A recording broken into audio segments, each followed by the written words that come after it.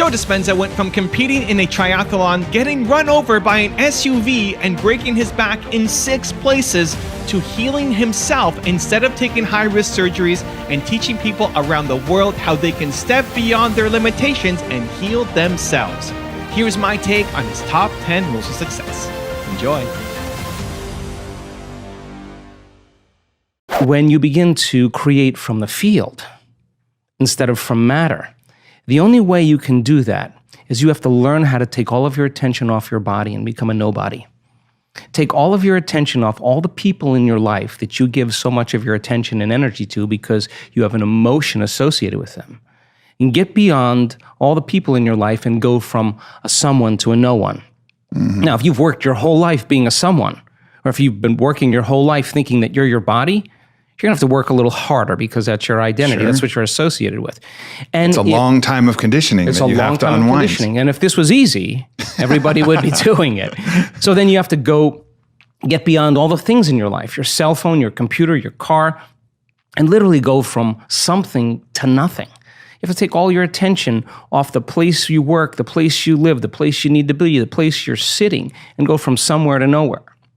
You got to stop thinking about the predictable future and the familiar past and go right into the present moment and go from some time to no time. And if you do that properly, you become pure consciousness. And that's how you enter the field. Now, we've done the research on this. We call it getting beyond the self. Now, once you are pure consciousness, you're taking all of your attention off this three-dimensional reality. Now, where you place your attention is where you place your energy. So if you've taken all of your attention off of everything material, there's only one place you're going to wind up, and that is the immaterial realm called the quantum field, an invisible field of energy that unifies and connects everything material. So now when you're creating from the field and you combine a clear intention with an elevated emotion, and you're connected and you feel connected, the suggestion of an alternative way to create is that when there's a vibrational match between your energy and some future reality, you actually no longer have to go anywhere to get it. You're actually the vortex, and you will collapse space and time and draw the experience to you. Now that, to me, is a lot more fun because the experience is the unknown. You can't predict when it's going to happen or how it's going to happen, because if you can predict it, it's the known. So then you have to lay down the very thing you use your whole life to get what you want for something greater to occur. Now that goes against generations untold of conditioning and a lifetime of habituation, believing that we're trapped in this material world. And yet I can say to you without a doubt that once you understand that formula, and once you know how to create that kind of brain and heart coherence, the side effect of that is a change in biology, neurologically, chemically, hormonally, genetically. We've measured it. We've seen gene regulation changes in 4 days. More brain coherence, more heart coherence. Your brain's working better. Your heart is, you're trusting your heart. It's open. There's different chemicals that are released. Oxytocin suppresses survival centers, resets the baseline of a person's trauma or shock. Your immune system goes up. Mm-hmm. You lengthen your telomeres. We've measured that too. So you're changing the future of your body. You're extending your life. That's evidence, right? So we have the evidence to know that it could happen because we've measured it. But the real evidence is watching the testimonial of someone who says, I had stage 4 cancer. I was told as a 41-year-old woman that I wouldn't live for more than 2 months. And I have no evidence of cancer in my body at all. Or someone that's a physician who has Parkinson's disease that's tried everything from the medical route and has one transcendental moment, and their tremors and their pain are gone. And now they're chewing food, they're swallowing, they're blowing their nose, they're standing up on their own. That's energy affecting matter. So we have hundreds and hundreds of testimonials of people that not only healed their body, but created pretty profoundly magical things in their life. So you have evidence in the scientific world, you have evidence in the practical world, and evidence is the loudest voice right now. Rule number 2, recondition your brain. The brain is a record of the past. It's an artifact of everything we've learned and experienced to this moment. So most people wake up in the morning and they think about their problems, and their problems are memories that are etched in their brain that are connected to certain people and certain problems at certain times and certain places. And the moment they start thinking of their problems, they're thinking in the past. The challenge is that every one of those problems has an emotion associated with it, and emotions really are a record of the past. So the moment you feel unhappy, the moment you feel suffering, the moment you feel fear, now your body's in the past. So it's the thought being the language of the brain and the feeling being the language of the body, and how we think and how we feel creates our state of being. So many people reaffirm their state of being completely by the past. And so it only takes a thought and a feeling, an image and emotion, a stimulus and response to start the conditioning process. So we start to condition the brain and body, hardwire the brain, condition the body emotionally into the past. The problem is the body's so objective that it doesn't know the difference between the real life experience that's creating the emotion and the emotion we're creating by memory alone. The body's believing it's living in the same past environment 24 hours a day, 7 days a week, 365 days a year. So then the person gets up and then they run through the same routine as they always do. And in time, their body moves into a state of autopilot. Now their body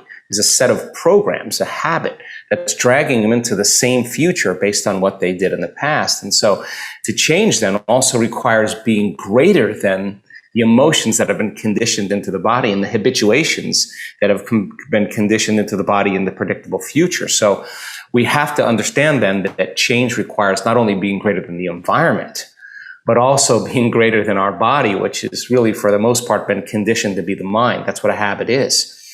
So then, to change then, to be greater than the body, to be greater than the environment, and to be greater than time, instead of living in the familiar past, which is the known, and the predictable future, which is the known, you teach people how to settle into the present moment, and that's the unknown. And most people, that the unknown represents a very threatening place. And so when people start to do meditation, as an example, and their body starts looking for an arousal or wants to get up and do things, they think they can't meditate. But in fact, if they can settle their body back down into the present moment and lower the volume to that anger, to that frustration, to the fear, to the sadness, it's like training an animal. Now you're telling the body it's no longer the mind, that you're the mind. And our research shows there's a liberation of energy. The body starts expanding and relaxing into the present moment. Instead of getting up and checking your cell phone or doing something, and you notice that propensity, instead of responding to it and say, I can't meditate, you settle your body back down into the present moment. Now you're executing a will that's greater than the program, because most people lose their free will to a set of programs. And it's the act of doing this, to be greater than the conditions of our environment, to be greater than our body as the mind, and to be greater than time, that all of a sudden causes the person to start believing in themselves a little bit more. And that's when possibility starts to unfold. Rule number 3, step into the unknown. Let's say you've had some pretty rough experiences in your past. And those experiences cause you to feel sad and unworthy and guilty and judgmental. And you've gotten so used to feeling guilty and unworthy and judgmental that's just feels normal to you. And then because you feel kind of victimized, then you blame people and you complain and you make excuses and you feel sorry for yourself, and that's your personality. And all of a sudden you say, today, I'm not going to do that any longer, because that's the old self. And then you start off your day and it goes really well for about 2 hours. And then all of a sudden, the moment you realize that you're no longer making the same choices as the day before, you are going to feel uncomfortable. It's going to feel unfamiliar. It's going to be uncertain. There's going to be some unpredictability. And we now know that people would rather hold on to their guilt and unworthiness than to step into the unknown, because at least they can feel something. And so the moment you stop making the same choices that you always make, Get ready because it's going to be uncomfortable. And that's the moment you're heading towards the new self. And we call it stepping into the river of change. But now, remember, 95% of who you are is your body as the mind. You know, you've done something enough times that your body does it better than your brain. So you may actually complain unconsciously because your body does it all the time. And all of a sudden you say, no complaining, no more blaming, no more feeling sorry for myself, no more talking about other people. I'm going to stop. You know what happens, don't you? The body starts sending signals to the brain. The body's been conditioned that way. And all of a sudden, you start hearing the thoughts in your head that say, why don't you start tomorrow? Tomorrow's a better day. This is too hard for me, I can't change. Something's wrong with me, it's my mother's fault. It's my ex-husband's fault. It's my ex-wife's fault. I'm this way because of this event. Or the most important one, this doesn't feel right. And the moment you respond to that thought as if it's true, that thought leads to the same choice, which leads to the same behavior, that creates the same experience, that produces the same emotion, and the person says, this feels right. That feels familiar. Going from the old self to the new self, stepping into that void, stepping into that uncertainty, is the biological, the neurological, the chemical, the hormonal, genetic death of the old self. And people will say to us, well, in that unknown, I can't predict my life or my future. And we always say the same thing to them. The best way to predict your future is to create it, not from the known, but from the unknown. And when you and I get comfortable in the place of the unknown, that's where the magic happens. And it never happens in the known. Rule number 4, open your heart.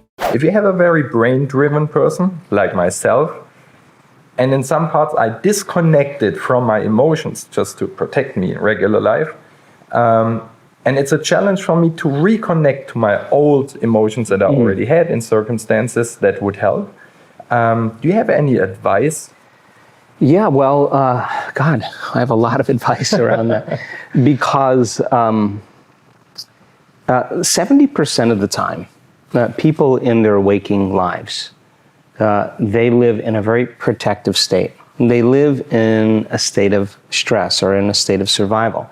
In fact, it's such a program that we don't know that we're doing this. We're always spanning the environment to determine if it's safe or not. And if something appears out of the predictable or unknown, it alerts us.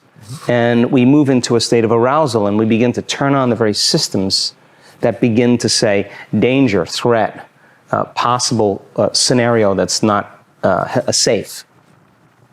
And when that happens, we literally begin to anticipate an outcome. And when we do that, we're always preparing for what could go wrong.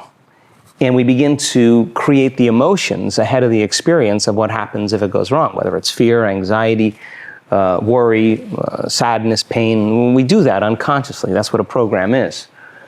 And that becomes the habit. So if you're living in a world where men have to provide and show a certain amount of success and be competitive, then you're not going to open your heart. It's not a time to do that. It's a time to survive and thrive in an environment. And yet, in our work, I see men that if they practice opening their hearts, and it's just being a child again, being a boy again, being curious, being wondering, being free, allowing yourself to let go. Also, to make sure you're actually taking action after watching this video, I've designed a special free worksheet just for this video. The worksheet will highlight all of the lessons learned in this video, as well as pull out our 3 favorite learnings and quotes that will inspire you to actually do something. The worksheet will also give you space to write down what your key takeaways are and your specific plan of action to make sure you're getting results. If you want the worksheet designed specifically for this video, absolutely for free, there's a link in the description below. Go click on it and start building the momentum in your life and your business. I'll see you there. Rule number 5, change your personality. We're all faced with great challenges, brilliantly disguised as impossible situations. And there's always a door. There's always a door. And so your personality creates your personal reality. It's that simple. And your personality is made up of how you think, how you act, and how you feel. So the present personality who's listening to this show has created the present personal reality called their life, which means if you're going to change something in your personal reality in your life, you got to change your personality. You have to change. Nothing changes until you change. That's the bottom line. You change, but the thought of changing my personality seems so like, but I like who I am, kind of, but I'm also cranky. I'm also annoyed. So like, who is that person underneath all of these ailments, I guess, all of these, but it's a weird thing to say, you change your personality. Well, look, I mean, there's many things that I love about my personality, just like you do. I'm going to take that with me. But there are things, if I'm going to be defined by a vision of the future, there are things that can't come. Because the moment you say, I want to have a mystical experience where I transcend this three-dimensional world, and you want to have a really profound moment, a transcendental moment, you start showing up for that, and it doesn't happen right away, then what? You're going to start disbelieving. You stop believing in yourself. So the moment we're defined by a vision of the future that's bigger than us, that vision of the future is not the vision of the past. And when we do that, we take with us our discipline. We take our concentration. We take our presence. We take our passion. We take our strengths with us. All those things you take. But the things that are standing in the way are those old beliefs. The things that stand in a way that stop you from connecting to it. Those are the things you come up against, and it's not the mystical experience or the transcendental experience. It's who you become. It's not your wealth. It's not your health. It's who you become. It's not your freedom. It's who you become in the process, and it's the overcoming process that we overcome, that we overcome, that we overcome, that we overcome till we finally become. And there's so many great people in history. You know, even wealthy people. People always want to be wealthy, but if you study wealthy people that really did it, they failed miserably thousands of times until they figured it out. And so you keep showing up for yourself enough times, you're going to change. You're going to change. You're going to be thinking differently. You're going to be acting differently. You're going to be feeling differently.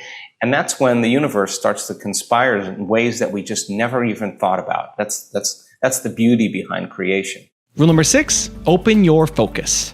When a person begins to slow their brainwaves down, they have to go, when you're in stress, when you're in survival, you narrow your focus on a cause. That's called what's called a convergent focus. So now you're blessing the energy centers of the body. They're under the control of the autonomic nervous system. And when the autonomic nervous system moves out of balance, the brain moves out of balance, right? We narrow our focus on the cause, and it causes each one of these different energy centers to move into incoherence as well. And those little individual brains start moving into incoherence and send an incoherent message to the cells and tissues and organs. Hormones then become downregulated and the body starts moving out of balance.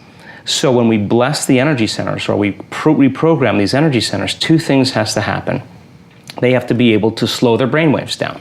They have to get out of that high beta state. And the way we do it is to go from a narrow focus to a broad focus. When you open your focus, when you open your awareness, that's what creates coherence in the brain, because you're going against that habit of putting your attention on matter.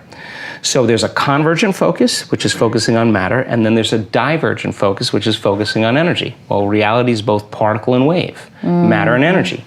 So if a person can slow their brainwaves down from beta brainwaves to alpha brainwaves, now they're starting to fall out of their thinking brain right into the home of the autonomic nervous system. If the person can't change their brainwaves, it'll never work because they're in their neocortex in their thinking mind, right? So that's one thing that has to happen. The second thing that has to happen is that they have to practice both a convergent focus and a divergent focus. So by the convergent, you're focusing on, let's say I'm going to focus on this energy center, right? And then you move your focus to another energy center. Well, first you focus on that energy center, that's particle, and then you focus on the space around it, that's wave. Okay. And so when you open your awareness, and you're able to do that, and you're in your autonomic nervous system, you can put an intention there, which will create more balance in estrogen, more balance in your sexual organs. You move to your second center, you put your attention there. That's where you place your attention is where you place your energy.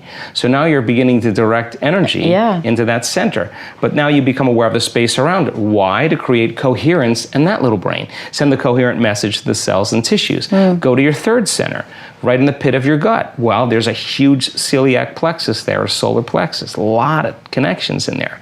So now put your attention. That's a big one. That's a big one. Always getting a lot of signs there. Here and here. Heart and solar plexus. Yeah, those are big ones. And you tune into that energy. Then you put your attention in your heart. It has its own individual brain. And when you make energy here, when energy finally arrives here, guess where it goes automatically? Straight up. We've measured it. So now once you start opening your heart, you get more energy in your heart, you get more energy in your brain. Got it. Short on time, just go straight to the heart. That's why we do it. That's exactly why that's why we open the heart. So it creates a field, and it begins to drive energy to the brain. So now that energy is going to cause the person to have a different consciousness, a different thought pattern, right? And now they're going to be thinking possibility, because in survival, the first three ones are all about survival. It's really not a creative process of creating from mind. It's more about a more primitive, humanistic part of us, animal part of us. So then there's the thyroid plexus, the pineal gland, the pituitary gland. So we've seen when people create coherence in each one of these energy centers, and they do it properly, they know how to change their brainwaves. They get into the operating system. They can master convergent and divergent focus. They're no longer living just this way. They've practiced opening their awareness and focus on energy, becoming conscious of it. And as these brains become more coherent and they start producing different signals to hormones and chemicals and to different glands in the body, that's what's being upregulated to make different expressions. Rule number 7, be a creator, not a victim. Would you say it's smart to focus on one goal? I mean, if you're sick, obviously it's smart to focus on getting healthy. But if you have a regular life and you say, I would like to have the classical stuff, more money, more wealth, more love, more joy, would you say in those meditations it's smart to focus on different goals, or should it rather be the big goal, like a big vision I have for my life, that all the steps on the way are just marks I will pass at one point? Well, let's answer that on two levels too, because people come to our workshops for all different reasons. Some people come because they're sick. Some people come because they want more money. Some people want a new job, a new opportunity, a new career, a new relationship. Some people want the mystical. The people come for all kinds of reasons. To me, I don't care. What I care about is that they latch on to a vision. And they learn how to create. Whatever drives them to that elegant moment where they're so present and so passionate about what they want, and they have a clear intention, a clear vision, a coherent brain, and they have an elevated emotion combined with it, that they create heart coherence. And now they're broadcasting a whole new energy into the field. And whatever we broadcast into the field is our experiment with destiny. So I want people to know the how, because we have plenty of people that have made millions and millions of dollars that were living in the backseat of their car or filed bankruptcy. We have plenty of people that were stage 4 cancer, serious health conditions that are healed. But really, people think they come for those reasons, but we come for wholeness. That's why we come. That when we feel so whole, and so happy with ourselves, so connected to something greater, if you feel wholeness, it's impossible for you to want. How can you want when you're whole? When you're whole, you feel like you have everything. So I want people to reach that point where they feel so whole that they no longer want, and that's when the magic happens. Teaching them that allows them to understand that when they come back to their senses, they open their eyes. They're not looking for the experience. They feel like it's already happened. And if you feel like it's already happened, why would you be looking for it? Then, if your body is conditioned emotionally into that future, you're not separate from the energy of your future. You're connected to it. But the moment you get in traffic and you start getting angry, you get on the line at the bank and you start getting impatient, or you're sitting in a staff meeting and you start judging a coworker, you just disconnected from the energy of the future, and now you're back to the energy of your past, and you've done nothing wrong. You just lost your connection to the future. Now, the importance of that is to notice that you're disconnected. And if you say to me, well, that person made me feel this way and think this way, I'd say, oh my gosh, you're back to the unconscious program of being a victim in your life. The victim is saying that someone or something is controlling how I think and feel. But a person who's producing outcomes in their life, all of a sudden they say, wow, the way I'm thinking and feeling is creating outcomes in my life. Now I'm a creator in my life, and now I believe less and I'm a victim of my life. Rule number 8, keep learning new things. I want to show you what it looks like when you learn something new. You have 100 billion neurons in your brain. 100 billion neurons. The number of connections you have in one neuron is between 10,000 and 40,000 connections.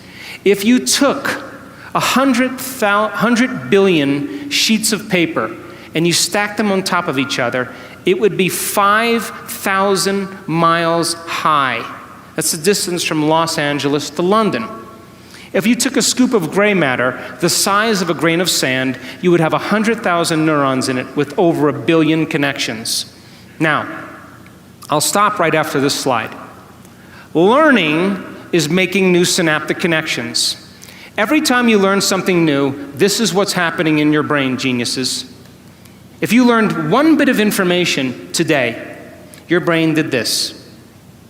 Boom. That's learning. Physical evidence as a result of your interaction in the environment.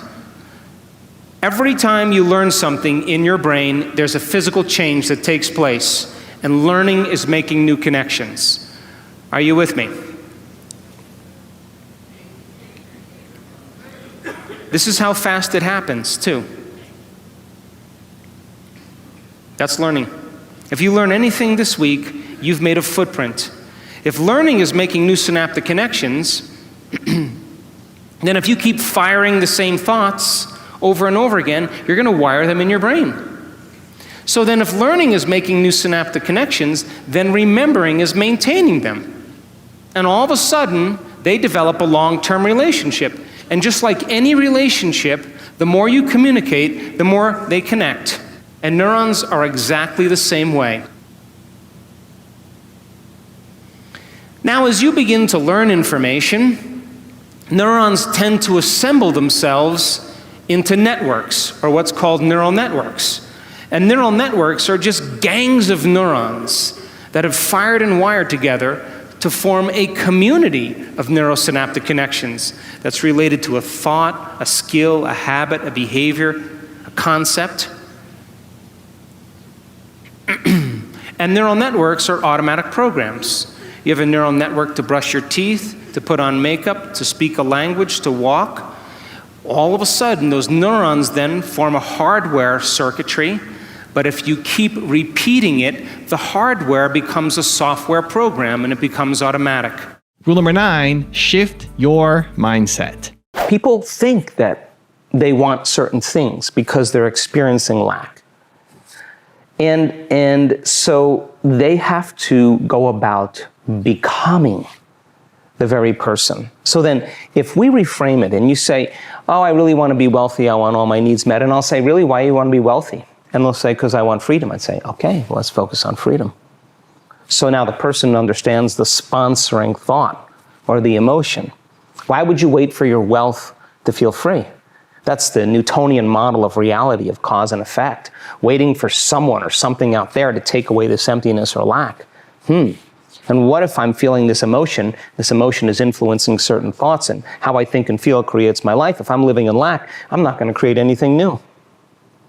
But if I say to you, hey, when you become that person, once you become it, then you're your reality is going to reorganize itself. Instead of living by cause and effect, let's teach you how to cause and effect. So then the person then is no longer interested in getting something in their environment when they realize it's about who they become. And all of a sudden now the emphasis or the interest is in becoming that person. And we have a week with those people. And I want them to walk as it, sit as it, stand as it, lay down as it. I want them to get in the habit of walking from their room to the ballroom. It's become the new habit. That's why when we do our work, we're doing sitting meditations, we're doing standing and walking meditations, we're doing lying down meditations. I want it to become a new habit. I want them to become that person. And rule number 10, the last one before some very special bonus clips, is shorten emotional reactions. One of my biggest problems is that I tend to react quickly to negative situations. How can I cope with anger? Do you have any suggestions or advice? Yeah, I'll tell you the first thing. It's not that you react. We all react. The question is, how long are you going to react? That's the question. So we found out that when people react emotionally with anger, with antagonism, there's an arousal that takes place because you're turning on the sympathetic nervous system, and the sympathetic nervous system is a primitive system saying, Alex, whatever that is a threat to you. And if there's a threat, a good way to deal with a threat is to get aggressive. That's primitive. It's animal. It's very animal. Some people will say, oh my God, there's my ex, and instead of getting angry, they run. They flee. They're in fear. They're like, the fear is, I'm better just getting away. So the fear causes them to run. So when people feel fear, when they feel anger, when they feel pain, those are the primary stimulators that switch on that sympathetic nervous system. And they used to say that it's automatic. Like, it's automatic. It happens automatically. That's part of the autonomic nervous system, and you really don't have any control of it. Turns out that's absolutely not the truth. So first thing is learning how to shorten your response to the emotional reaction. So if you have an event that happens to your life, in your life, and I say, Alex, why are you so mad today? And you say, oh, it's because of this situation and this person, and this happened this way. And I would say, oh my gosh, do you mean that person or that circumstance is controlling the way you feel and the way you think? Now, anything that's controlling the way we feel and the way we think makes us victims, whatever that is. Now, that's okay. But if you keep that emotional reaction going on for hours or days, and I say to you, Alex, it's 5 days, what's up? And you say to me, I'm upset from something that happened to me 5 days ago, I'd say you have a mood. You're in a mood. Now, some people keep that same emotional reaction going on for weeks or months. And then I would say, well, Alex has a angry temperament. It becomes a temperament. If we keep it going now this is true, people keep this going for years on end. If it goes on for years, now it's a personality trait. So here's the weird part about it. You ask that person who's been angry for years why they're angry, and they'll recall an event from 10 years ago or a series of events from 10 years ago. Yeah, and the childhood. And the research on the memory says that 50% of that story isn't even the truth. They can't even remember the truth. They embellish the story and make it sound worse than it really was to excuse themselves from changing. Now, what we tell people is forget the event. Doesn't matter. The details of the event doesn't. What matters is learning how to overcome the emotion. So when you're sitting in a meditation and all of a sudden out of nowhere, your body starts getting aroused and it starts getting frustrated and it starts getting angry. And people say, I'm doing my meditation wrong. You know what I say to them? No. You're doing it right, because that has to come up. So So when the anger and the frustration comes up and a person's in a meditation, they have one of two choices: to quit, which is what they've always done. But if you're sitting with 1,500 people and no one else is quitting, you're not going to quit. And if I teach you how to lower the volume to that emotion, and I teach you a way to change that, I always say to people, when is the last time you sat with your heart and just worked with it? Like, so that it's not contracted and afraid and protected. It takes practice to do that. And so we work with people in letting them, we give them numerous opportunities to practice this over and over and over again. And sooner or later, petal by petal, it starts to bloom, and all of a sudden, there's an authentic smile on their face. And once energy meets the heart, it goes right to the brain. We did this study where we hooked up an electrocardiogram to an electroencephalogram. And an electroencephalogram is a brain mapping machine. So we measure 19 or 26 different compartments, and we're looking to see all different kind of activity in the brain. But we measured the heart along with it, and when the heart starts beating coherently, in a sense of order, like taking a big sheet, Jay, and going like that, the heart sends a wave right up to the brain, and the brain goes into these beautiful states of alpha.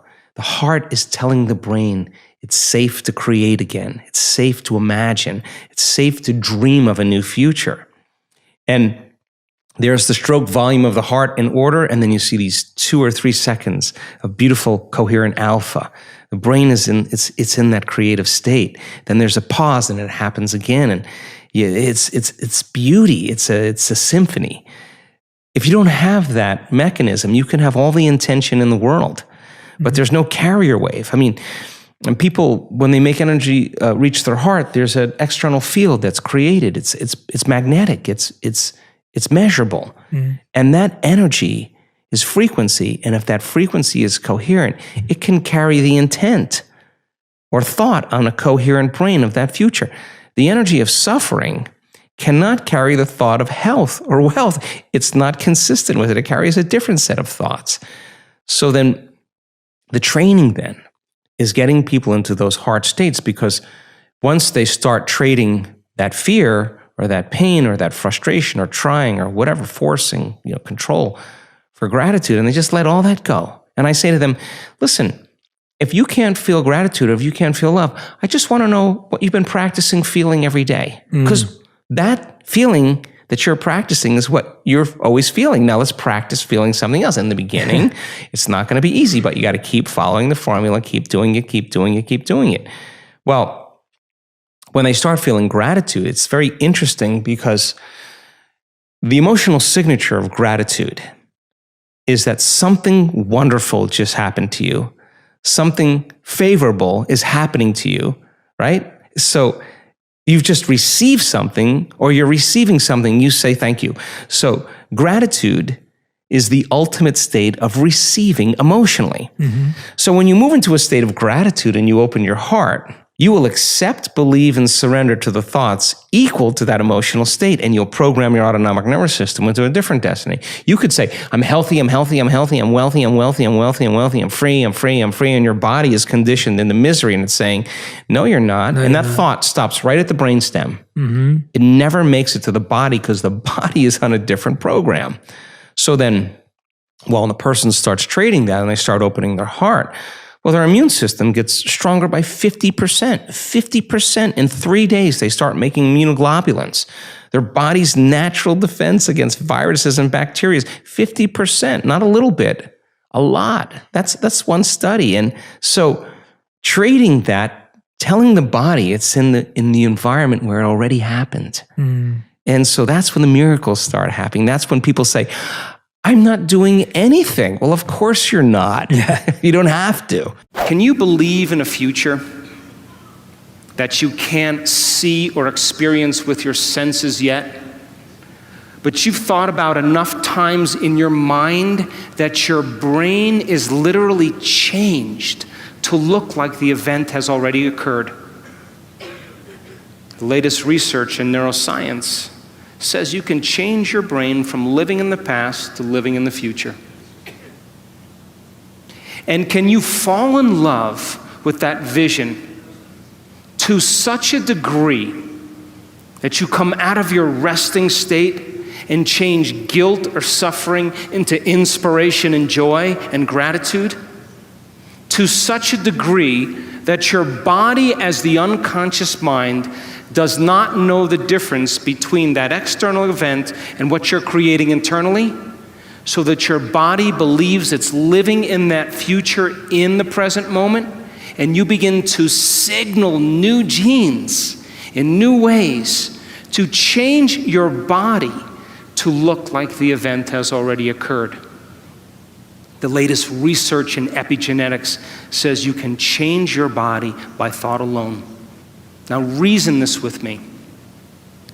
If there's physical evidence in your brain and body to look like the event has already occurred, your brain and body are no longer living in the past, they're living in the future. And you will walk right into your vision. Now, most people in this audience, all of you, have done something great in your life. You all have. Now reason this. You woke up one day, or you had a wild thought out of nowhere. And that thought was a possibility in the future. Something new you wanted to experience. And the moment you started thinking about this experience, the moment you started contemplating this potential reality, you turned on a part of your brain called the frontal lobe, the crowning achievement of the human being. It's 40% of your entire brain. It is the creative center. And it has connections to all other parts of the brain. And the moment you said, what would it be like to be a leader? What would it be like to be successful? What would it be like to have this vision come true? The moment you asked that open-ended question, you turned on this part of the brain. Because the rest of the brain is just a bunch of automatic programs. And now the frontal lobe, the creative center, wakes up, and it has connections to the entire brain. It's the CEO, it's the boss, it's the symphony leader of the brain. And the moment you get creative, the frontal lobe begins to select different networks of neurons that are stored in your brain from things you've learned or experienced. And as you begin to think a what-if question, it begins to select these different networks and begins to seamlessly piece them together, and making your brain fire in new sequences and in new patterns and new combinations. And whenever you make your brain work differently, you're changing your mind. Because mind is the brain in action. Mind is the brain at work. And the moment those neurons fire in tandem, you get a picture in your mind, a hologram, a vision, an abstraction. And for those people who are passionate, that thought that they're thinking begins to create an elevated emotion. They become inspired. They feel enthusiastic, in theos, filled with God. They become passionate. They started to open their hearts. And all of a sudden, they're combining a clear intention with an elevated emotion. And it's the combination of a clear intention and an elevated emotion in our research over and over again that proves then the person now is changing fundamentally, changing biologically, changing internally. And their brain and body are moving from living in the past into living in the future. A few things we can do to support our inner environment on a daily basis. Well, listen, the first thing and the most important thing for me is knowledge and information. Mm-hmm. Knowledge is really power, and knowledge and information about yourself should empower you. It should empower the self, right? So when we learn about the immune system and all it can do, and we say, oh my God, you mean not every virus gets to me. In fact, no. And the more you understand that, and the more you coax your immune system into love and into love. Like I just did this little thing on our social media where I was talking about the inner army of order and what would be the signal you would want that inner army to get. And so we created this meditation and we said, what would invincibility feel like? Signal your body and feel invincible. How would you feel if you had an uncompromising will, that you had more energy than you could possibly imagine? Show your body what it feels like, because it is that emotion of invincibility, that emotion of an uncompromising will to empower your inner world. And you have the intent of that's what it's for. Wow, get ready, because you're going to start creating a cadence and a rhythm where your body's going, whoa, what is all these new chemicals? What are all these new signals? Right. Hey, it's time. Hey, now all of a sudden receptor sites on the T cells go, wow, we got some new signals coming from the boss here. Let's open up all those T cell receptors. Let's go. In fact, we would love a little fight right now, because we got a lot of time on our hands and we got all our receptors turned on. That would be a signal for your body. We also know that if you could just trade fear and frustration and resentment and suffering for an elevated emotion and truly open your heart again and practice doing that, you'll heal. You'll heal. You'll heal, because, all healings happen in the heart. If your brain is a record of the past and you are living by the same emotions that have defined you for the last 10 years, and you keep thinking the same thoughts that make the same chemicals, and those same chemicals drive the same thoughts, then your body, as the unconscious mind, does not know the difference between an actual experience in your life that creates an emotion and an emotion that you're creating by thought alone. And so your body is believing it's in the same past experience 24 hours a day, 7 days a week, 365 days a year. And your body is programmed into the past. And you can't create a new future holding on to the emotions of the past. How many people understand what I'm talking about? So then, when you react to someone or something in your life, you have a choice. That when an event changes how you feel, there's a chemical change that's taking place in your body. And most people don't think they can control their emotional reactions. And so then when you react to some coworker or some relative or somebody in traffic, the moment you react emotionally, you are altered chemically. And if you don't know how to control your emotional reaction after that event, and you allow those emotions to linger for hours or days, you know what that's called? That's called a mood. Hey, Juanito, what's wrong with you? Oh, I'm in a mood. Really? Why are you in a mood? Well, this thing happened to me 4 days ago, and I'm having one long emotional reaction. And if you keep that same refractory period going on for weeks or months, that's called a temperament. Hey, why is she so angry? I don't know. Why are you so angry? Why are you so bitter? Why are you so enchilada?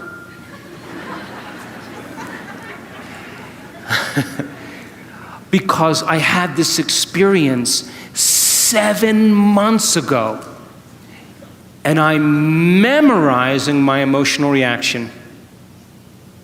And if you keep that same refractory period going on for years on end, that's called a personality trait. And people wear their emotions on their sleeve, and that's who they think they are. And they will talk about the past to validate why they're not creating the life that they want. So then if you wake up in the morning, Mexico City, and you are not being defined by a vision that's bigger than you, and it doesn't get you out of bed and inspire you into possibility, and you get up living from the old hardware of the past and the old emotions stored in your body, do you know what's going to happen to you? You're going to wake up and you're going to open your eyes and you're going to see the same people and go to the same places and do the exact same thing at the exact same time. And the moment you open your eyes, all of a sudden now, it's your external environment that's controlling how you think and feel. Because you have a neurological network in your brain for every person you know, every place that you go, everything that you own, everything that you do. And the moment you open your eyes and you see the same people and go to the same places and do the exact same thing at the exact same time, it's your external environment that's turning on different circuits in your brain, causing you to think equal to everything that you know. And you told me you believe that your thoughts have something to do with your destiny. And as long as you're thinking equal to your environment, you keep creating the same life. To change, to truly change, is to think greater than your environment, to think greater than the circumstances in your life, to think greater than the conditions in your world. And every great person in history knew this. Whether it was Mahatma Gandhi, Martin Luther King, the Wright brothers, Joan of Arc. The future, then, is created by a clear intention and an elevated emotion, now listen closely, that you have to cultivate in your inner environment of thoughts and feelings. But most people, by the old self, are living from past memories that are created from knowledge and experience from something that happened outside of them. Some experience or trauma that defined them. And getting a person beyond the old self, then, is the great work. That's what we're here for. So, we've studied motivation, and I can tell you, without a doubt, that the highest form of motivation in any culture, in any group of people, is what's called purpose motivation, duty motivation, or mission motivation. You know what that is? To have a vision to change a culture that's bigger than you, to instill change in the world. Look at Elon Musk. How many people know who he is? Elon Musk, he created Tesla Motors. You know him? You know who he is? He created an electric car that can go from 0 to 60 in less than 5 seconds. And before him, electric cars were like golf carts that crawled along the road. And he said, I'm going to do this. I don't know how I'm going to do it, but I have a vision. And I'm going to get the best engineers in the world. And instead of creating a new product and selling it to a corporation, I'm going to get a group of people to share the same vision as me. I'm going to change the world by changing our reliance on oil. And I am going to make a difference in the world, and I am going to make a lot of money. Why not? And so people said, no, that's not possible. And he held on to that vision. And now Motor Trend magazine never rated a car close to 100. They rated the Tesla car 103. It's the best car on the road. And it relies on no gas at all. That's a vision of the future. I got run over by a truck, and I broke 6 vertebrae in my spine, and I had to make a decision at that time in my life because the diagnosis wasn't very good, and neither was the prognosis. And I had to decide if I was going to spend the rest of my life on addictive medications and with surgical rods in my spine, or if I was going to see if the mind could actually heal the body. And so that was my wake-up call in 1986. And so I just I was at the point where I just had to make a decision to see if it was actually the truth. If all of this that I learned was the truth, let's apply it. And so I was lucky enough to have a dramatic change in my own personal health. And then I thought, God, yeah, if it worked on me, has it worked on other people? So I started looking into people that had, been treating conventionally or non-conventionally and with a certain diagnosis, and their condition was staying the same, getting worse, and all of a sudden it got better. And I just wanted to look at what the cause was that was producing that effect. And so I interviewed, hundreds and hundreds of people that had gone through the process. And one of the most fundamental elements that they all had in common was there were a lot of things that had to do with their mind. And some people had specific diets and specific regimes. Some people used certain, conventional and non-conventional protocols. But the commonality primarily was about how the mind was really influencing the body.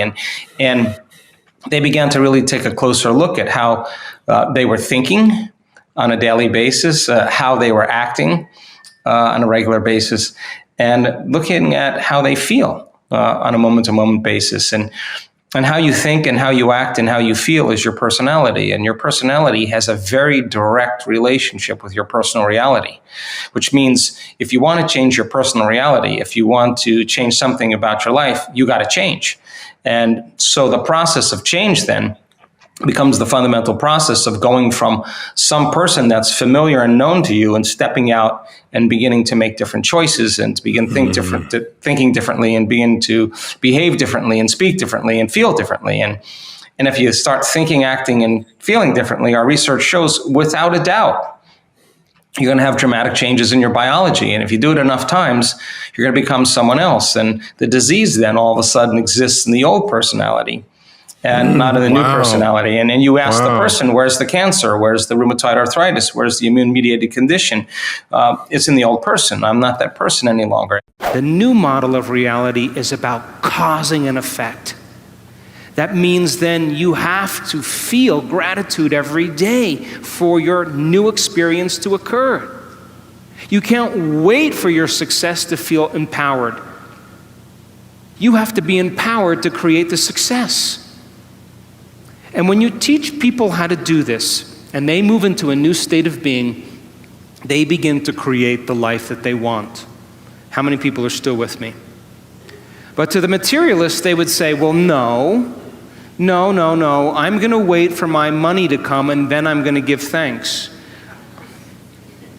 And those people pretty much are living by the emotions of the past. And if you're living by the emotions of the past, you are viewing your future through the lens of the past, and your vision will fade. Because when you bring up an elevated emotion, you will see the vision clearly. And leaders in history that changed the world knew how to change a culture. Look at Martin Luther King. He talked about justice and then got enough people inspired that they felt empowered enough to do something about it. People came out of the resting state. And so then you share the same brain as Martin Luther King. And being defined by a vision of the future begins to change a culture. But most people have the same thoughts or the same intentions, and they live by the same familiar emotions, and for the most part, they're in their past. How does the person become the person they are, and why do they keep their health condition the same? And well, most people, your brain is a record of the past. It's an artifact of everything you've learned and experienced to this moment. So most people wake up in the morning, if you think that your thoughts have something to do with your destiny, they start thinking about their problems. And those problems are just memories that are etched in their brain that are connected to certain people and objects and certain things at certain times and places. And the moment they start thinking about their problems, they're thinking in the past. Now, because every one of those problems has an emotion associated with them, the moment they start feeling unhappy or feeling sad, now their body's in the past, because thoughts are the language of the brain and feelings are the language of the body, and how we think and how we feel creates our state of being. Now, the problem is that the person thinks of the problem, feels the emotion, and that is a thought and feeling. That's an image and an emotion. It's a stimulus and response. And that starts the conditioning process to get the body emotionally conditioned into the past. Now, here's the crazy part about that. The familiar past emotionally is producing dramatic effects on the body, because the body is so objective that it does not know the difference between the real life experience that's creating that emotion and the emotion that person is fabricating by thought or memory alone. The body's believing it's living in the same past experience 7 days a week, 365 days a year. And the problem with that is that the environment signals the gene. That's epigenetics. And the end product of an experience in the environment is an emotion. So the person is keeping the same gene regulated because the body's believing it's living in the same environmental conditions. So getting that person to step outside of that familiar known territory into the unknown, where there is uncertainty, and have them be comfortable there and begin to think about how they are going to think. If you are not defined by some vision that is bigger than you, and you are not passionate about that vision, then you're left with the old hardware of the past in your brain, and you will be predictable in your life. So would you agree then? New thoughts, new information should lead to new choices. New choices should lead to new behaviors. And new behaviors should create new experiences. And new experiences should produce new emotions. And those new emotions should drive new thoughts. And that's called evolution. So if your brain is a record of the past, and you don't have a vision of the future, then you are living in the past. And you will never arrive at that new future. When we become the living example of truth, when we actually embody this, there are no limits to what we can do. And I'm hopeful with human beings that we have this capacity. And of course, when we believe in ourselves, we believe in possibility. And when we believe in possibilities, we believe in ourselves. And I think that is the ultimate belief. Feelings and emotions are the end product of past experiences. And you can remember experiences better because you can remember how they feel. And when you're in the midst of an experience, all of your senses plug you into the environment. And as you're gathering all of this vital data from your external world, all that information rushes back to your brain, and it causes jungles of neurons to organize themselves into networks. The moment those neurons string into place, the brain makes a chemical, and that chemical is called a feeling or an emotion. And once you feel that emotion, you create a long-term memory. Now reason this with me. If feelings and emotions are the end product of past experiences, and you are feeling the same way every single day, doesn't that mean nothing new is happening in your life? And if those feelings and emotions drive certain thoughts, and you can't think greater than how you feel, because you had events in your life that have branded you emotionally, and you feel sadness or guilt or shame or unworthiness or insecurity, all of those emotions are created from past experiences. And when you feel those emotions, and those emotions drive certain thoughts, and then those thoughts make certain chemicals for you to feel the same emotion, and then those emotions drive certain thoughts, the repetition of that cycle then conditions the body to memorize that emotional state better than the mind. And now your body literally is in the past. Because if you can't think greater than how you feel, then you are thinking in the past. And so most people then spend the majority of their life talking about why they never arrive at their vision of the future because of some past experience. And so if feelings and emotions are the end product of past experiences, you remember your first kiss, you remember your wedding, you remember the birth of your children, you remember catching a fish off the coast of Manzanillo with your 3 best friends, because you caught the fish and it was a new experience and you felt great. And then you went to the casita and you cooked the mahi-mahi and you drank Sauvignon Blanc and the wind was blowing off the sea and the sun was setting and you made a long-term memory. But you also have memories that are connected to trauma and crisis, to disappointments. And those are the memories that people remember more than anything else. And so if you haven't overcome some emotion that keeps you anchored to the past, then you tell a story about the past. And people say, I am this way because of this experience that happened to me 15 years ago. I am this way because of some event that happened 30 years ago.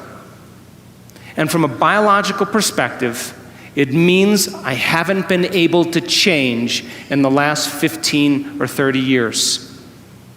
And Scientific American, a prestigious magazine, says that 50% of what you talk about in your past isn't even the truth.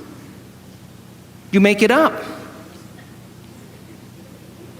Because you don't have the same brain that you did 15 years ago or 30 years ago.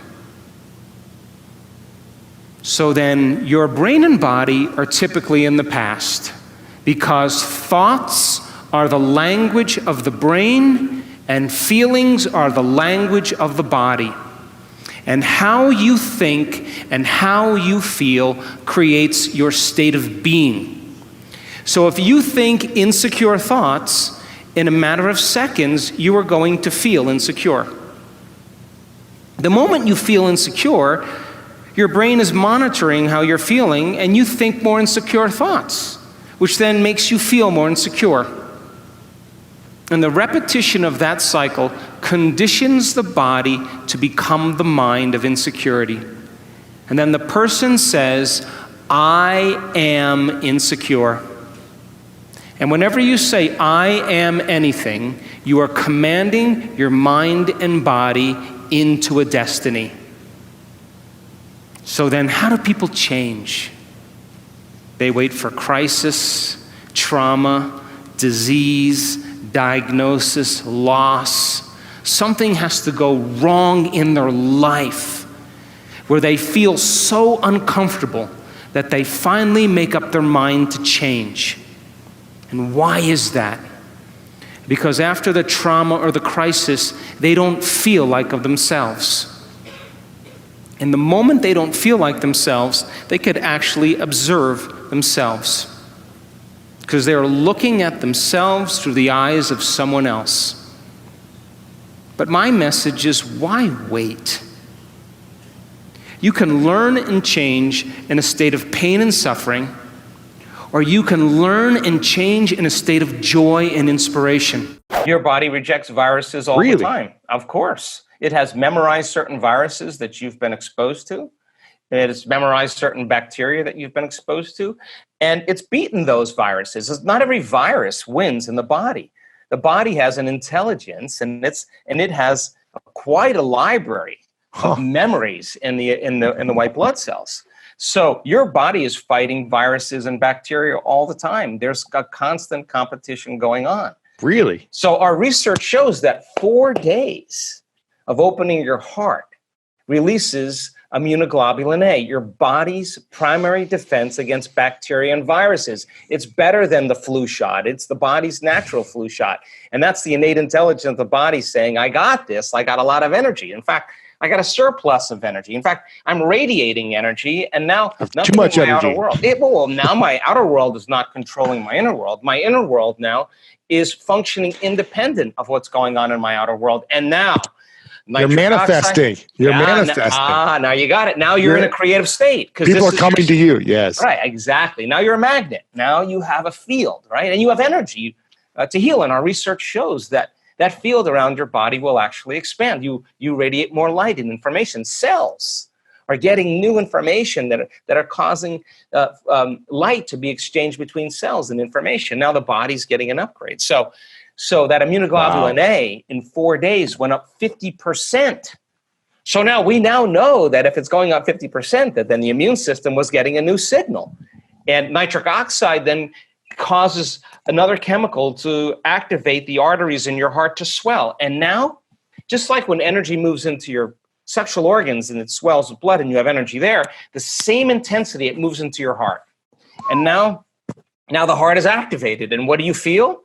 You feel an incredible amount of love. Yeah, and love. you feel whole. And now the more whole you feel, our research shows, then the less separate you feel from the things you want in your life, because you feel like you already have them. You only want things when you're in lack, but when you feel whole, then it feels like it's already happened. And that tends to be the exact emotion that causes those synchronicities and serendipities and coincidences to happen in our life. And you say to a person, what are you doing? And they're saying, I'm not doing anything. I'm just so loving happy. Life. I'm being myself. Exactly. I'm free from the past. I'm free from my story of the past. In fact, I'm more connected to the energy of my future than I am to the energy of my past. I think that if we share the same experiences, because we like the same things, we share the same emotions. And if we share the same experiences, we share the same emotions, I can relate to you, so we can exchange ideas and information. And if we share the same energy is information.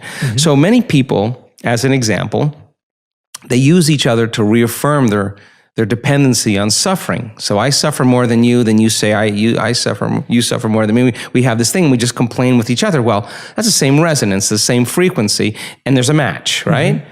But it goes to the same means if you're someone has a accountability partner that you exchange ideas like this with, and it's a different frequency, a different energy. So when energy comes together and it's constructive, something comes out of it. You feel it, right?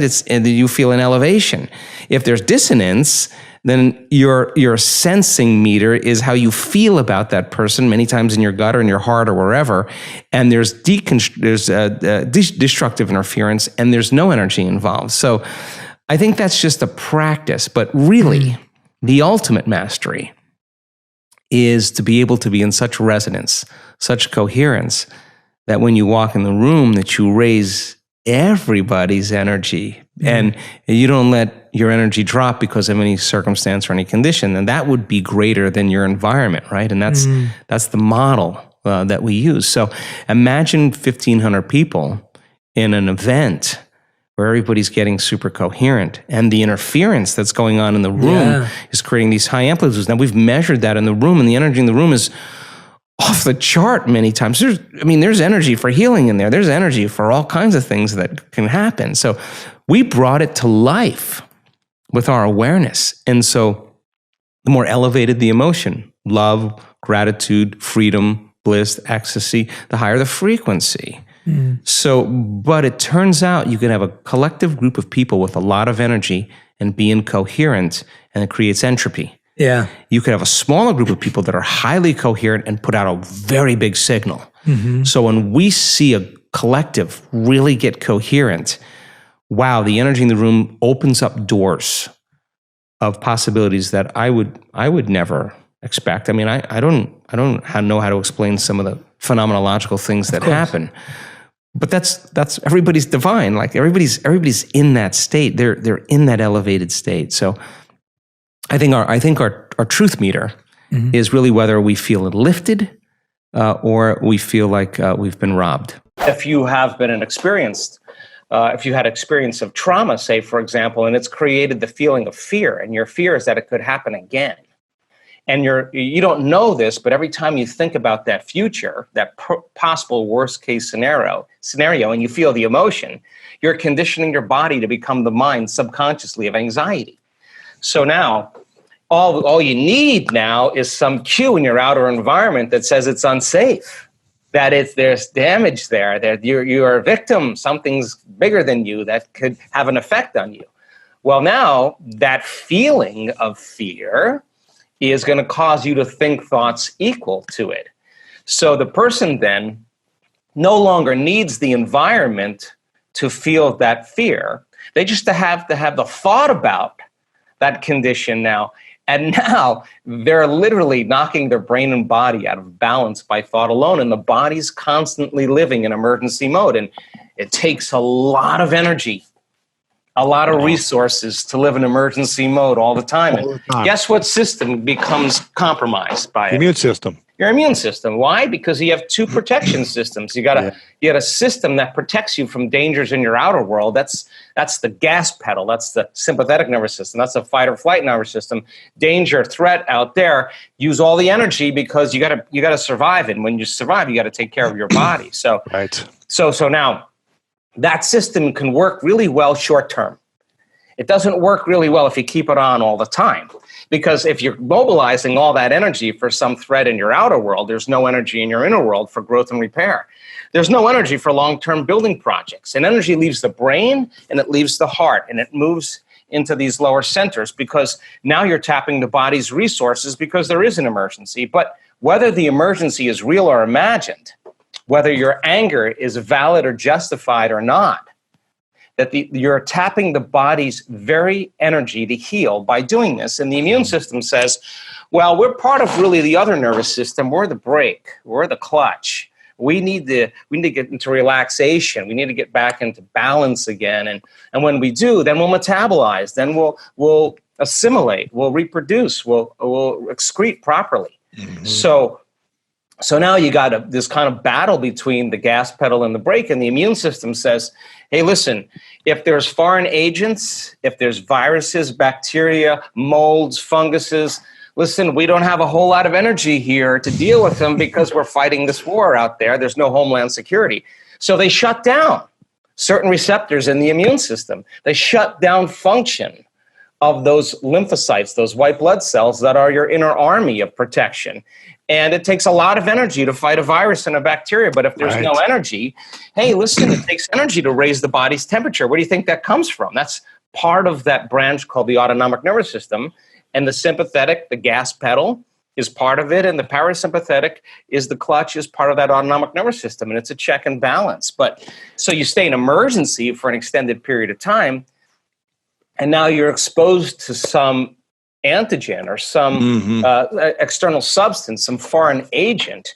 In our community, at least, people who have relationships that are built from our community tend to be more long-lasting because they're more self-aware. Yeah. And so there's no blame, there's no excuses, there's no make wrong, there's no competition, there's none of that. There's just, this is who I am, you know? And I think that the ultimate goal is when you reach the point in your life when how you appear to the world is who you really are. That level of transparency it takes no effort. Right. You can be yourself, and you know, people say to me, "Wow, you're pretty approachable," and I say, "Well, God, I work so hard every day on overcoming myself in the morning, overcoming my ego. Yeah. Why would I want to build it up the next day? Because I got to face that guy again tomorrow morning. So why not just keep, you know, taking those edges and smoothing them down so that you're less unconscious to all of those programs that are built in relationships." When you hit pay dirt like that, when you connect to the field, when you connect to the divine, whatever you want to call it, when your consciousness merges with a greater consciousness and that arousal creates ecstasy, bliss, oneness, whatever you want to call that, you realize that it never came from anything out there. It didn't come from the wardrobe or the facelift, the sports car, or whatever. It came from within you. And so you stop looking out there for it. And now the love affair begins. And you never want to miss a date because it's just too good. So that memory then, that is what I'm after. Because when you have those transcendental moments and you understand this, the experience of that transcendental moment lays down new circuitry in the brain. That's what experience does. And the experience produces a feeling, but it's not chemical. It's electric and it's orderly, and every cell of your body is jiggling in an order. And you're aroused and you're awakened, right? You have to admit, when that occurs, your spectrum of reality is going to broaden. Some conditioning, some illusion, something is removed, and you start seeing reality as it is. And all of a sudden, you start seeing the part that we edit out for survival. Now you start seeing patterns and lights and information that are transcendent of three-dimensional reality and your spectrum. Why? Because your brain had the experience and the circuitry's there, and now your experience of the world changes. You get an upgrade to the VR set, to the virtual reality set. You got the upgrade, you got 2.0, and now it looks different. Everything looks different. Everybody looks different. The world, you're seeing beauty more. Well, and there's more holism and more connection, and sounds and words and music and sense and sight and light is all working together. That's the blessing of an awakening, right? That's where we're going. Here's the deal with trauma, and it's kind of an interesting thing, because when you're traumatized, some threat or some danger or some condition in your outer world, through your senses, is changing how you feel in your inner world. And the quotient of change between the way you normally feel in some alarmed state, when you change your internal state and move into that emergency mode, you narrow your focus on the cause, and the brain freezes an image and takes a snapshot, and that's called a long-term memory. And now that image is branded holographically into the brain. So then we remember experiences better because we can remember how they feel, and that memory then changes the person's biology. So they think neurologically within the circuits of that experience, and they feel chemically within the boundaries of those emotions, and how we think and feel becomes our state of being. Mm-hmm. So now the person biologically is changed, and many times it's the strong emotion that begins to select and instruct the gene that creates disease. Why? Yeah. Because if the environment signals the gene, and that's a truth, that's epigenetics, and the end product of an experience in the environment is an emotion, the emotion that you feel from that event is literally selecting the gene for you to begin to change. And the genes make proteins. And so the person, if it's strong enough, begins to wear their trauma, not just in their brain. Now it's in their body, because every time they think about that trauma, every time they review it, every time they keep creating the imagery, they keep firing and wiring the circuits in their brain, and they keep feeling the feeling emotionally in their body. And their body is so objective that it's believing it's living in the same past experience 50 to 100 times a day. And all you need is a stimulus and a response, an image and an emotion, a thought and a feeling, and you're conditioning the body into the past. Well, you're conditioning the brain and body into the past. The recognition that when you're assimilating a negative thought or a negative judgment or a negative emotion, envy, greed, whatever it may be, that's actually lowering your energy. Yeah. And when you get to that place where you're experiencing that incredible bliss right here, you can't. Yeah. And even if you have the thought, and the thought will still come because we still have those thoughts. But the thought will be an understanding of human nature, because you're no longer at that vibrational level any longer. You're rising above it, and I think more and more people are starting to figure that out. And the people in their lives are like, no, my husband is a changed person. No, he's not the same guy. I know him. I know he's completely different. Yeah. And the guy's just like, I feel amazing. I feel great. And all it was sitting in the fire. Yes. For a little bit of time until the body finally moved out of the past into the present moment. And so the causes of this, like I always say, you never know what you're doing today and how you're doing it, who you're going to affect tomorrow when you do this work. And that's what we're seeing. And people they're getting promotions. They're getting all these wonderful things, not because of anything that they're doing. They're just different. Yeah. And people notice that, and they want those people in the position to make better decisions for the whole. And I think that's how we change the world. Bond University, university in Australia on the Gold Coast, senior researcher took the large majority of my brain scans. And she had them analyzed by her graduate students, and they statistically looked at everything. One of the most startling things for the research team was our community's ability to get to that point where there's nobody, no one, no thing, nowhere, no time. Now I'm talking 4 seconds. I'm talking 5 seconds. I'm talking 9 seconds. Just give me a second. I know how to do this. They've practiced it enough times.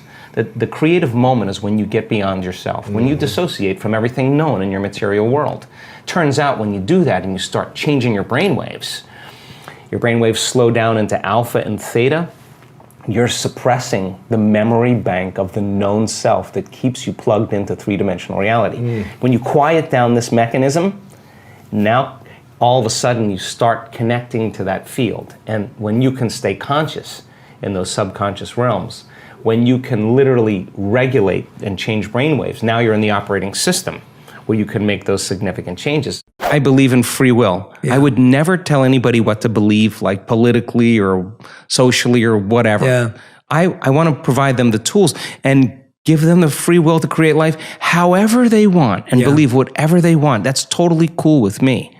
So those people then that want to be healed and they live in fear, that fear has to be addressed. I mean, and it's not easy because it's hardwired deep in the limbic brain. It's just a safety net. It's a mechanism. So then imagine being in the unknown. The instinct in the unknown is it's a scary place. Wow, imagine not having a body. And we practice lingering without a body in an infinite space, and without a name, without a face, without a culture, without a job, without a social security number, without a disease, without a diet, just as an awareness. You practice that. You're going to be comfortable in the unknown. You're going to relax more into it. That's going against thousands of years of programming. And the people who actually overcome their fear and they trade it for gratitude, their immune system gets stronger, their genes upregulate. I mean, there's just a host of, everything changes. Their brain changes, their heart rate variability. They feel differently, and it's being measured. And some of these people, we're measuring this now in our events with reputable scientists and universities. They're shocked at what they're witnessing on a cellular level, on a brain level, on a heart level. They cannot believe the capacity of the body. I just got an email today of one of our scientists said, I ran this 3 times. The virus that we exposed the cell to in advanced meditators does not enter the cell. It's outside the cell. It won't. A virus in novice meditators, some of it's in the cell, some of it's outside. Controls all the viruses in the cell. There's an immunity. So when the person's less reactionary to their environment, there's less of response that weakens them, they're less of a victim to their environment, then they're less of a victim to their environment. Large scale, small scale, the body has a greater immunity to whatever it is. You asked is it possible then that people can heal that quickly in 1 week? Yeah, because what if they create an inner event that carries an amplitude of gratitude or joy or freedom? Break through from the chains of the past.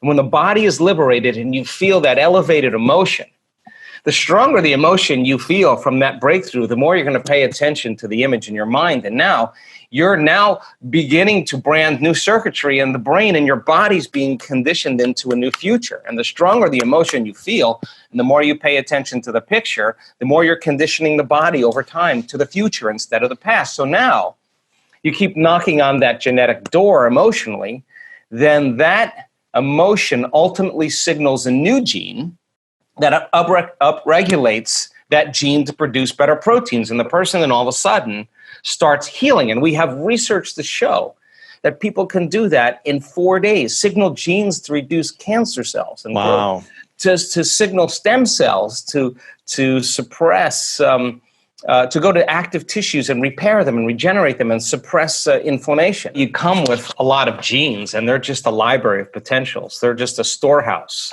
of information, of possibilities.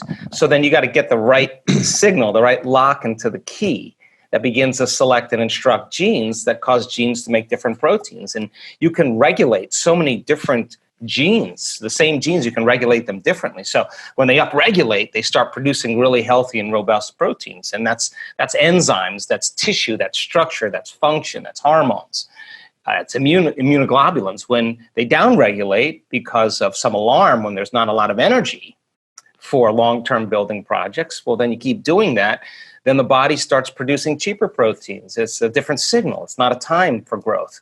Why is our memory for pain stronger than our memory of a success or a joy. I really think that when the survival gene is activated, preservation is the key. So we can have 10 things that happen really great in our lives. You have a family member or somebody you know that does this. They have 10 really great things happen in their one thing bad, and they focus on that bad thing. Why? Because the survival gene is activated. They want to make sure it doesn't happen again. So you put your attention on it because you don't want it to happen again. So what people do when they're aroused is they start thinking it's going to happen. And so they actually select the worst case scenario in their mind and then emotionally embrace that future before it happens. And they're conditioning their body become the mind of anxiety and fear. So in preservation and in survival, if you prepare for the worst, anything less that happens, you have a better chance of surviving. So that's the mechanism that takes place. So survival means you better take care of your body. Yeah. You better be aware of your environment and make sure there's no threats. And so you got to keep your eye out there. And you better be thinking about the future based on what you learned in the past. Now, there's nothing wrong with that when the analytical facilities are in balance. But when there's an arousal, there's three things that create arousal: fear, hostility and anger or aggression, and pain. And that arousal drives the brain into these high states of what we call high beta. And most people need something or someone or some circumstance or some drug or some pill or some computer game to change that internal state. And the moment they notice a change in their internal state, then they pay attention to what's causing it. And they start developing a dependency on it, right? So it turns out that when we teach people how to self-regulate and change their brainwaves, we could actually see then that the incoherence, the disorderliness that's taking place in the brain, when you're over-aroused, you're overly analytical, and you're shifting your attention from one problem to one person to one thing to one place to another problem to another circumstance to your phone to your car. And each one of those elements has a neurological network in the brain. So the arousal causes these different circuits to fire out of order, and the brain is incoherent. So take two waves that are out of phase and mix them. When they interfere, they flatten out. There's no energy. So energy leaves the brain, right? So then when you're in arousal, you narrow your focus on the cause. If there's something rattling in the bushes and it's dark, you freeze and you narrow your focus on it, and there's a rush of adrenaline and your pupils dilate and your heart starts to race and you're ready to run, fight, or hide. I mean, that's a survival moment. But what if it's your coworker sitting right next to you or 6 feet away and you're judging them? You're the same arousal's taking place. And what's once very adaptive becomes very maladaptive. And this is where it gets challenging. So when we teach people how to open their focus, we've done thousands and thousands of brain scans, and they get beyond their analytical processes and they open their awareness and go from a convergent focus to a divergent focus, and they learn how to relax and regulate. Their brain waves start to slow down into alpha. And then if they do it properly and they're connecting, those different compartments of the brain that were once firing out of order start to unify. Different communities form bigger communities. The brain starts to synchronize. And then all of a sudden you start seeing different compartments of the brain all in resonance. So now when they're all in resonance and they start interfering, when those waves come together, there's more energy in the brain. So when a person dials down the mechanism, this neocortex that plugs us into three-dimensional reality, that keeps us aware of our body, that's the autobiographical self, where everything's stitched in memory in there.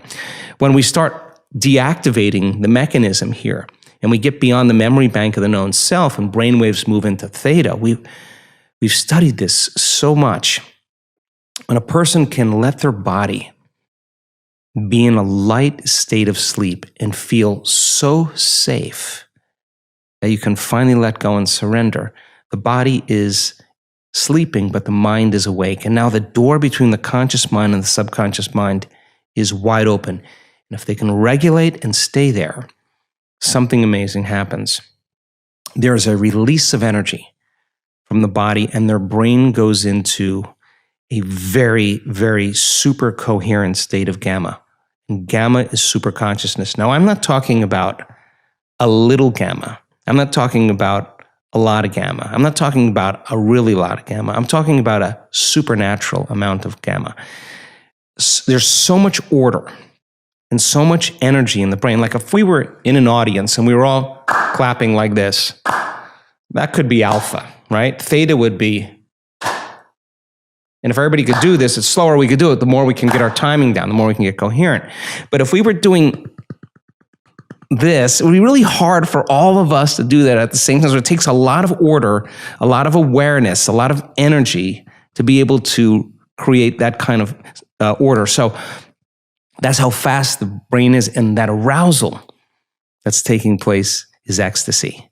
That arousal is bliss. It is the most familiar, unfamiliar feeling that people ever have. And that memory then that the person has that is so profoundly different than the feeling of success, the feeling of wealth, the feeling of orgasm or love or whatever. This is a new one, and it's a thrill.